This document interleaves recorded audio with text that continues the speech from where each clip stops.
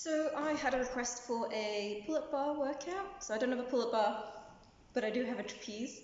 It's a little bit lower than from what you guys have at home, so excuse if my form is a little bit off, just because I'm very close to the floor.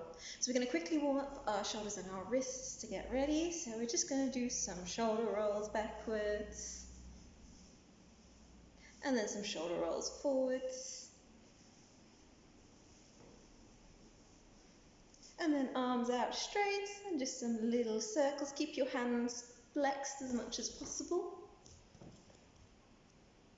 And then other direction. We're going to bring our arms down, keeping the flex in our hands, keeping our arms straight, and we're just going to shrug our shoulders up and down.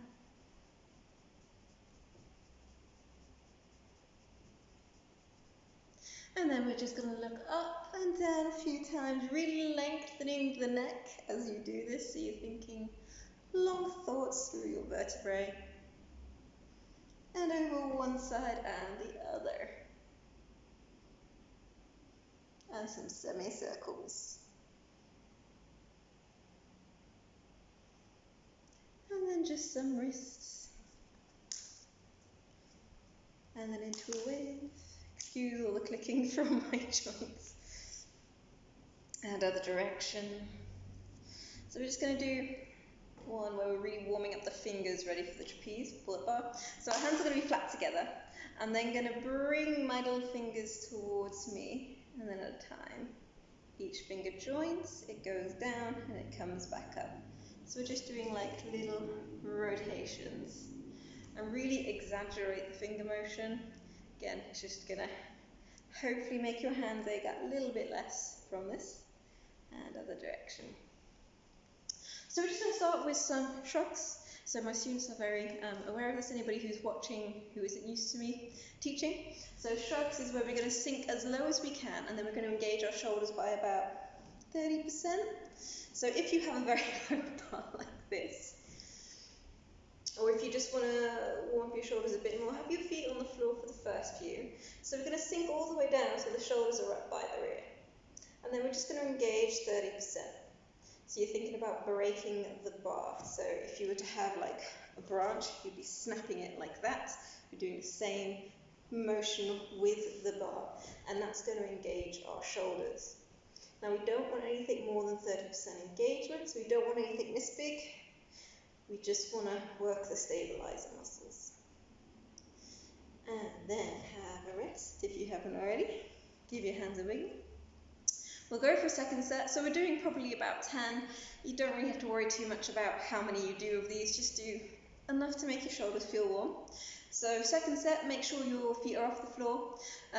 Unless you have shoulder issues, recovering from an injury, or this is all very new to you, just keep your feet on the floor for now. And make sure you're sitting in like a tabletop position, so your hips aren't doing anything like this. So we're just sitting down.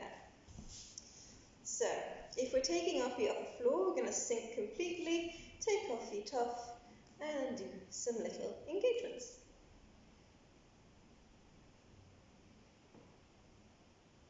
And then we can release. So I want to give you a bit of information about the relaxed state when we're completely sunk in our shoulders. This is because I know I've had a request to do a straps class, which I am sorting out diary-wise. So this bit of information will actually be very useful for you, especially for straps and keeping our shoulders happy, healthy, safe. So when we're completely relaxed, there is a slight, I guess there's like a 2 to 5% engagement even though we're fully relaxed. And it's all to do with the stabilizer muscles. So I'm going to try and hopefully you'll be able to see this on camera. I'll show it from the back in a second. So when I've completely sunk down, I actually do have about 2 to 5% engagement. If I completely sink, what happens is this. Probably can't see it actually. So this is where the armpit starts to flare out a bit, and that internal rotation, that's the exaggerated version, is quite extreme. So we've lost all stabilization of our shoulder in this position by doing that.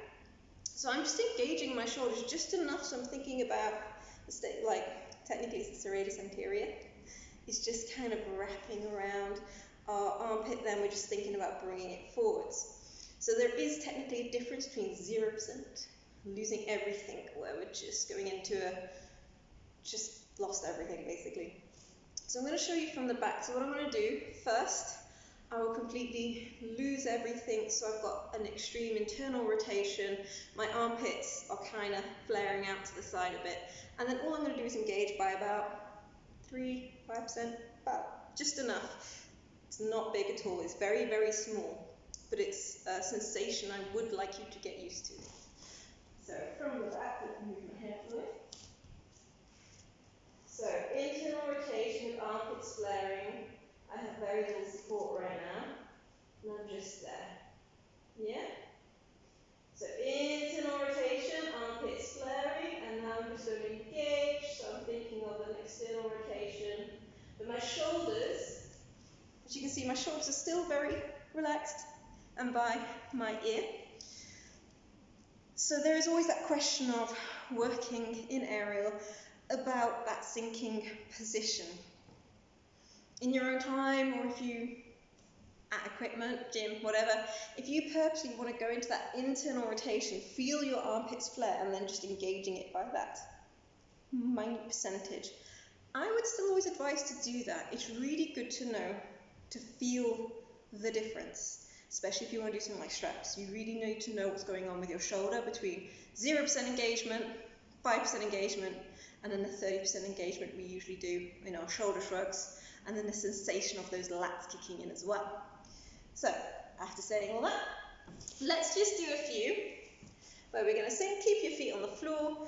Let's purposely rotate our shoulders inwards towards our ears, armpits are flaring, and then just bring them in, just small, small, small.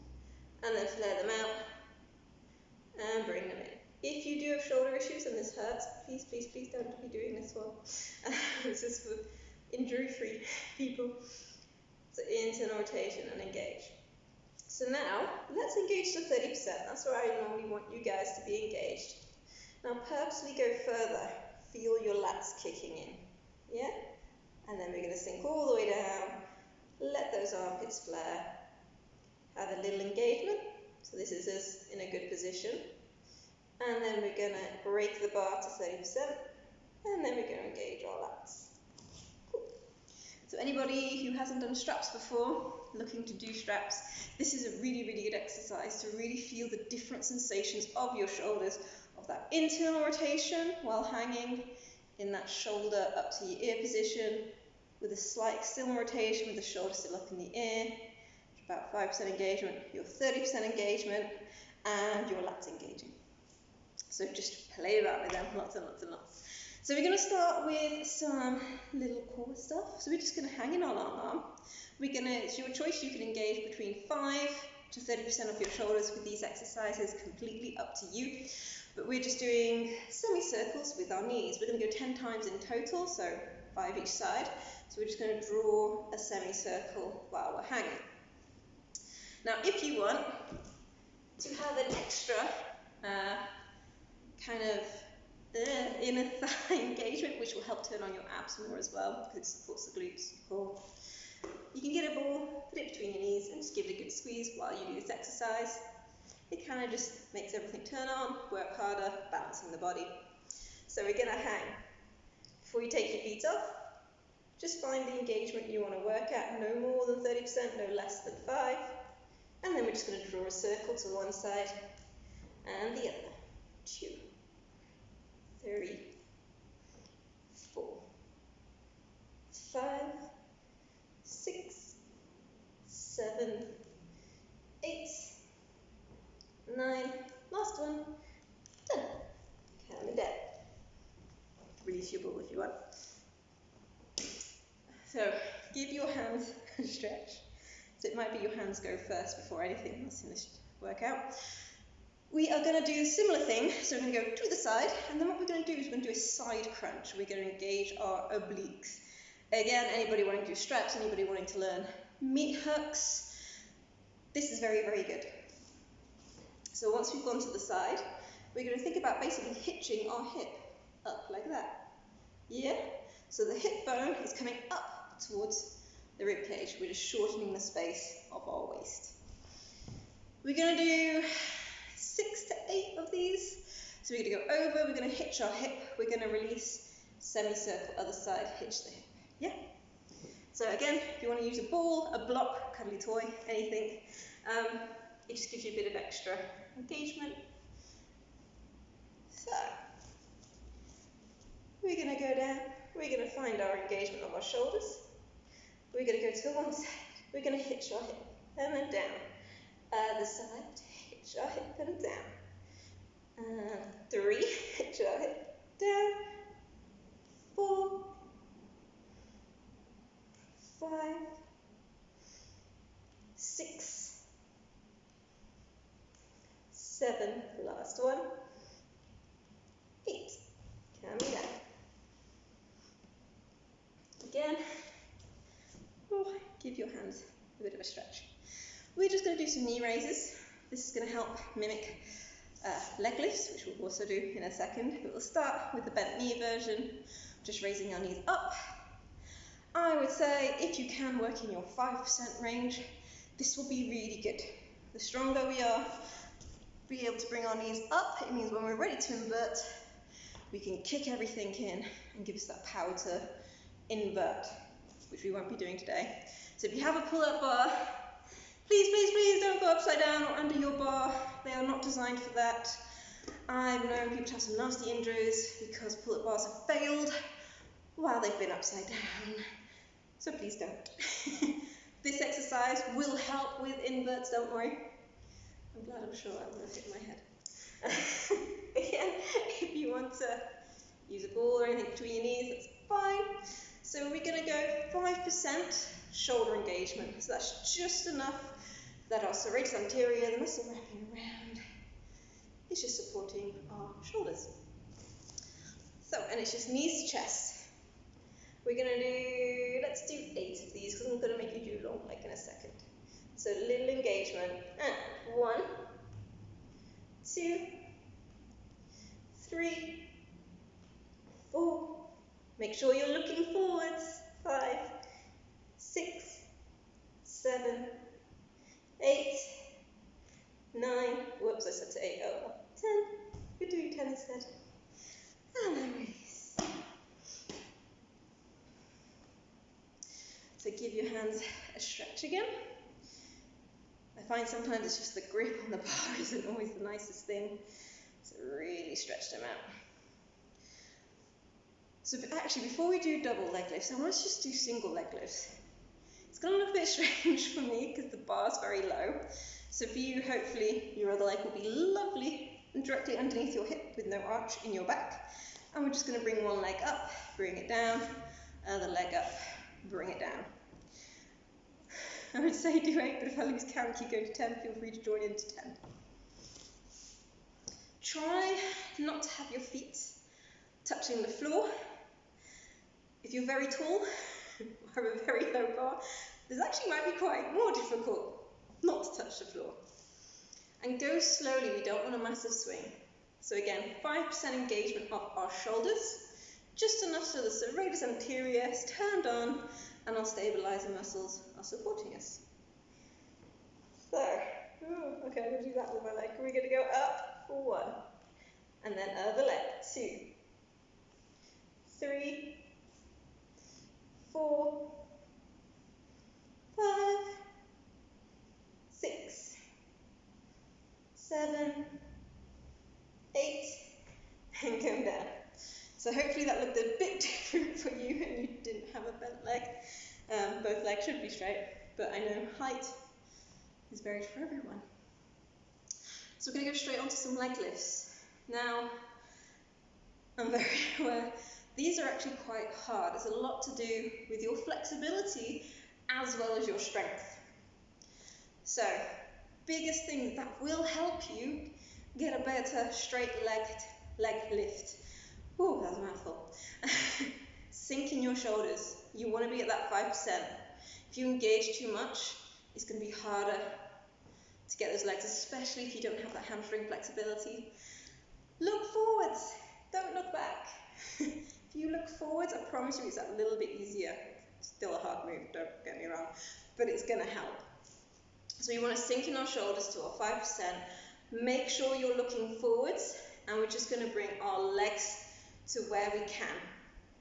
Now, if there's people in your household that can spot you, you kind of want them to help with this one, because what I don't want you doing is if your legs are really starting to bend, don't go any further. The moment your legs are bending, don't go further than that. Just go to where you can keep lovely straight legs. We do not want to train that micro bend.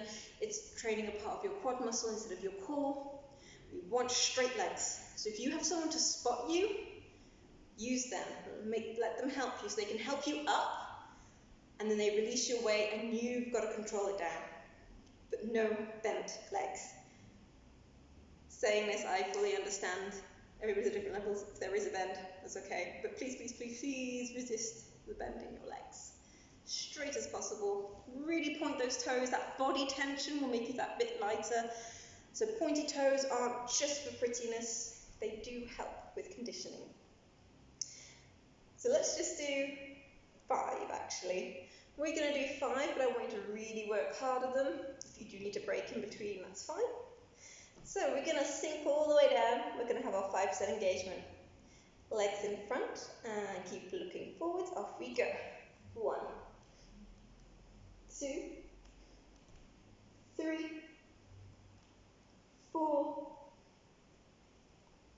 5. Coming down. And rest. Give your hands a stretch. And backs of hands.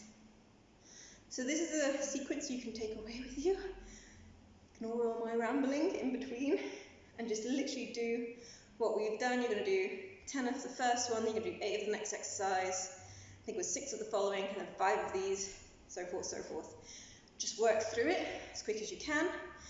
If you can do it twice a day, you're going to be so strong when you get back in the air.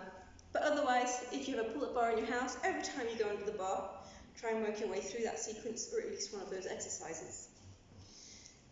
Now another exercise I really want us to go through is one arm hangs, because this tells you so much about where your shoulder strength or your shoulder stability, most important, is at. So we can actually have really strong shoulders, like bodybuilders, big strong shoulders, no shoulder stability there whatsoever. So actually we want to see where our shoulder stability is at. So when we want to hang with one arm, the most common thing I see is this, so please don't imitate this. Someone hangs and this happens. So you see how I'm turning?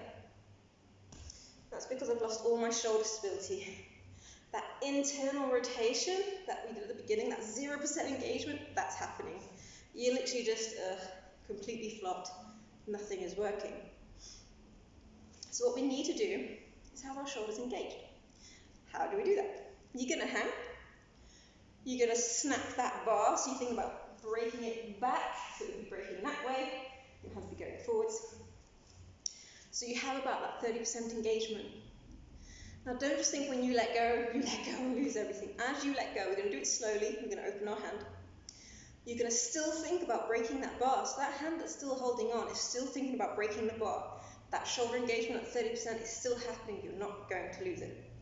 It might be, for now, you're just releasing a finger or two. For some, it might be releasing a hand, maybe taking it away, bringing it back. For others, it might be releasing the hand, taking the hand off, bringing the arm all the way down, and then bringing it all the way back up and grab without any twisting of the body. If you're turning, that is a sign that we still need to work on our shoulder stability. All those TheraBand exercises I've shown you previously, do loads of them. So I'll stop waffling, let's go. So we're going to hang. If you're on a low bar, have your knees up. This will engage your core a bit more. We're going to find our 30%. Once we've found our 30%, bring our feet off. You're going to see if you can release your fingers, maybe your hand, maybe your whole arm. And then see as well if you can bring your arm back. Bring your feet back down, give your fingers a wiggle before we go to the other side. So, if you tried the full version of taking your hand all the way down here and you were twisting like anything, regress. There's nothing wrong with doing an easier version.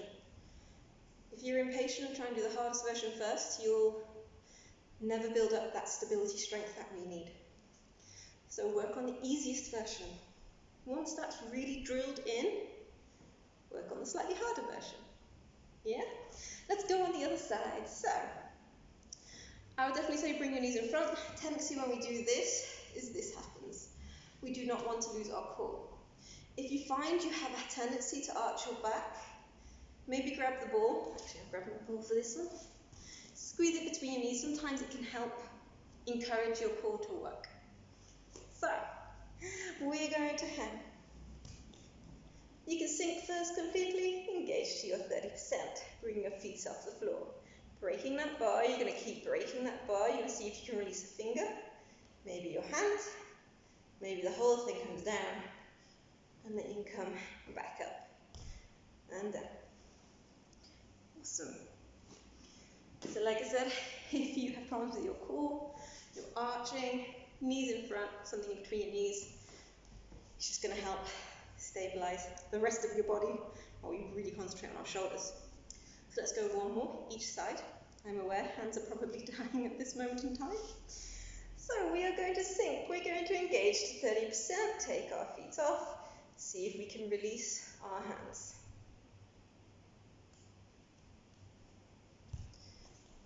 If you need to step, give your hands a stretch, and we're going to go to the other side.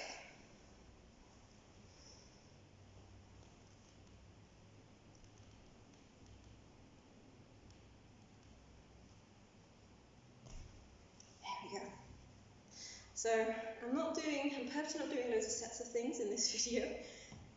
I'm aware of hand pain, especially if you haven't done a pull-up bar workout before. You don't want to destroy your hands that you can't do any pull-up bar work for 3 or 4 days. It's best to go a little bit less now, start doing this every day, and then start building up the sets of these. So we're going to finish off with pull-ups. Yay!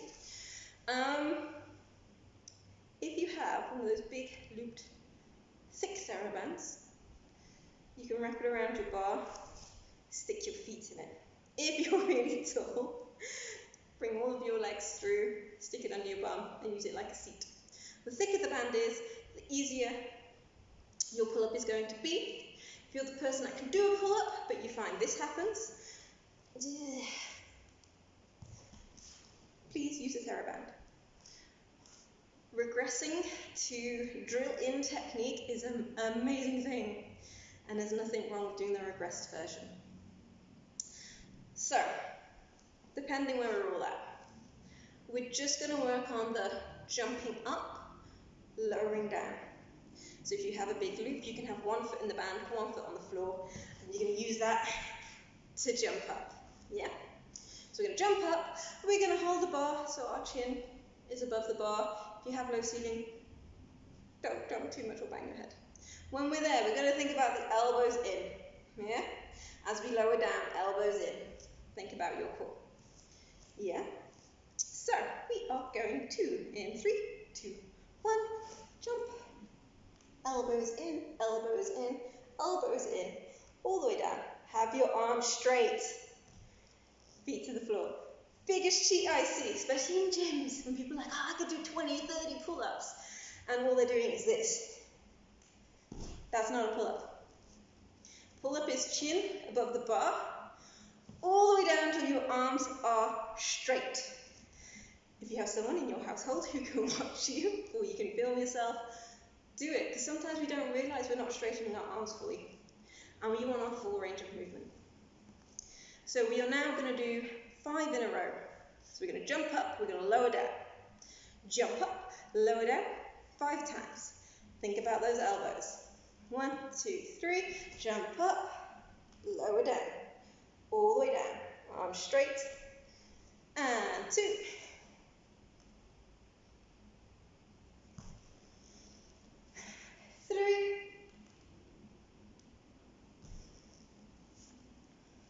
And 4. Last one. 5. And there we go. So let's stretch out our hands. So we're just gonna make sure you can see. We're just going to place our hands like so. All my students are used to this one. Just in case anybody watching isn't used to this type of stretch. If you're not feeling anything, bend your arms and lean forward a little bit, keeping your palms on the floor, and then shuffle a bit back. Oh. So for me personally, all that, no issue with the muscle part, but oh my god, my hands. I'm so used to straps. I'm not used to a trapeze bar. My poor hands are kind of going, why? So work through these exercises. Try and build them up that you're doing 2 sets of everything. It will probably, depending where you're at, if this was hard, it'll take you 3 to 6 weeks to build up to doing 2 sets, just to get the muscles used to the pathways. And back to planks.